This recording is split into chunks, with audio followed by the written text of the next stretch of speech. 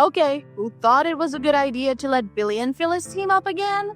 Because they're either about to crack the Damian case wide open or completely crash this thing into a wall, explode, and blame each other while doing it.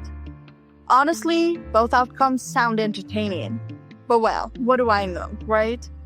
Anywho, Kane's chaos is their business plan. Let's be real, Kane is shady. First, he was a billionaire named Dumas. Then suddenly he's just Kane again, acting like he's the one being haunted at this French horror mansion. He's locking people in, there's no cell service, and someone just died. This isn't an episode of House Hunters International. It's a full-blown crime scene. But Billy and Phyllis, they've decided this is their moment. Forget Lily, ignore Amanda. These two want to prove Kane's innocent, and if it makes them rich in the process, even better.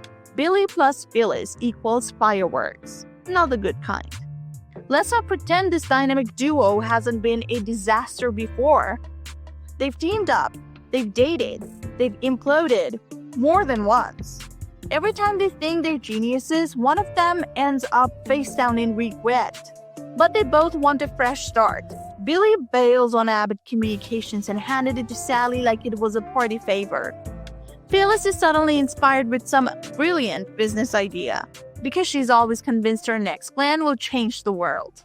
Spoiler alert, it usually changes nothing.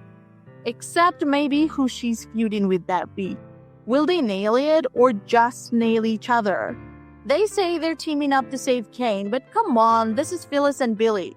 There's always more going on. Maybe they'll get lucky and expose the real killer.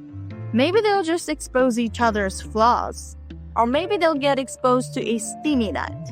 Either way, popcorn-worthy content is guaranteed. But you know what's not guaranteed? Trust. These two can barely agree on breakfast, let alone a full-blown investigation into a murder. And if one of them slips up, and let's face it, they will, it's game over. Again. So, what do you think? Do they stand a shot at pulling this off, or are they about to detonate the last shreds of their credibility? Hit like if you're here for the chaos, drop your wildest theories in the comments, and don't forget to subscribe so you never miss a second of Genoa City going up in flames. Let's go.